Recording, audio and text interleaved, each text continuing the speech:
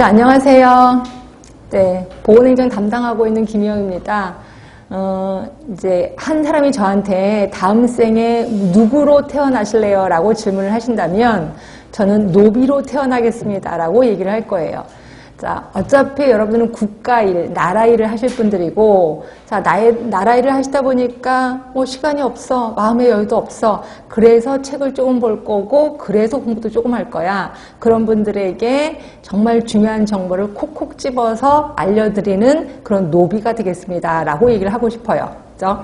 자, 지금도 노비나 마찬가지죠. 그럼 여러분은 꼭 그럴 거야. 노비인 주제에 나를 그렇게 괴롭혔어? 이렇게 생각을 하실 겁니다. 네, 그래서 제가 반성을 많이 했습니다.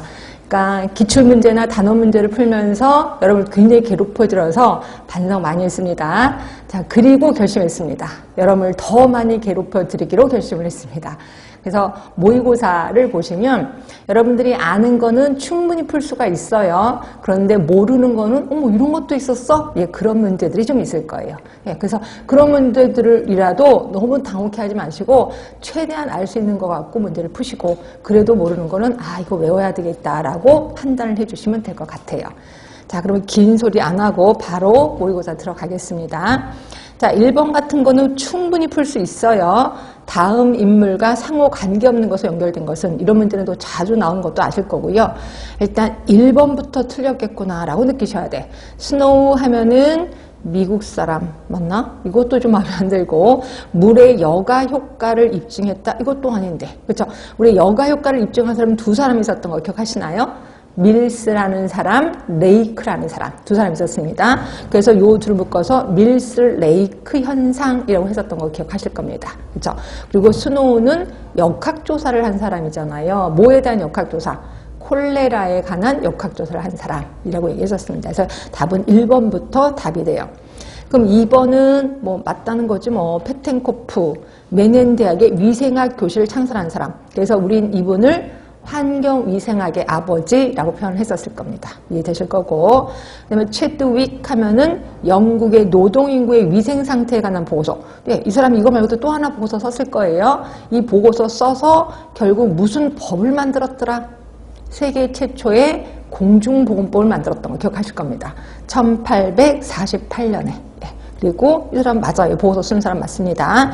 그리고 비스마르크 하면 독일 사람. 그래서 사회보장제도의 창시, 맞죠? 그래서 사회보장제도 중에서 크게 3개, 3대 보험법을 만들었는데 1883년에 우리가 알고 있는 질병보험법, 그리고 1884년에 우리가 알고 있는 노동제보험법, 1889년에는 연금보험법을 만들었죠. 3대 사회보험을 만든 사람, 사회보장제도의 창시자라고 해도 괜찮을 것 같긴 해요. 하여튼 답은 1번이라고 보시면 되고, 이런 거는 충분히 풀 수 있어야 된다 하시면 되고. 자, 2번입니다. 뷰리라는 사람 처음 들어보신 분 있을 거예요. 우리 의료 서비스의 질 하면은 워낙 구구단처럼 외우시는 메이오 기억하실 거고, 리라는 사람, 존이라는 사람도 기억하실 겁니다. 근데 뷰리도 되게 유명한 사람이에요. 그래서 이 사람은 공부를 하시라고요. 그래서 제가 이걸 제시했는데 이건 감으로 잡을 게 안 됩니다. 그래서 뷰리의 의료의 질 구성 요소 이거 나눠드린 유의물에 있을 겁니다. 유의물부터 먼저 공부할게요. 자, 그 뷰리 하면은 4개를 제시했습니다. 근데 또 나름대로 또 가로놓기를 했습니다. 자, 보시면 한 서비스가 이상적인 상황에서 잠재적 역량을 모두 발휘했을 때의 경우와 비교해서 운영체계 내에서 실제로 영향을 미치는 정도를 말한다. 뭘 것 같아요? 실제로 영향을 미치는 정도야. 한 서비스가 이상적인 상황에서 잠재적 역량을 모두 발휘했을 경우와 비교해서 우리 실험실 같은 데서 역량을 발휘했을 때 그 효과를 효능이라고 했었던 거 기억하실 겁니다. 효능. 그런데 비해서 이거는 현실 세계에서 운영체계에서 실제로 그 역량을 다 발휘했을 때 미치는 영향을 우리 뭐라고 했는지 기억하세요? 효과라고 했죠. 그래서 우리 효능, 효과, 효율 요 3개를 비교했었던 거 기억하실 겁니다. 효능은 실험실 같은 데서, 그리고 일상생활에서는 효과라고 표현했고, 하여튼 이거는 효과성을 얘기를 해요. 자, 두 번째는 한 서비스가 생산비에 비해서, 돈 얘기가 나오네. 한 서비스가 생산비에 비치는 실제적인 역량의 관계, 돈 얘기가 나옵니다. 그럼 우리 무조건 효율성이겠죠. 효율성.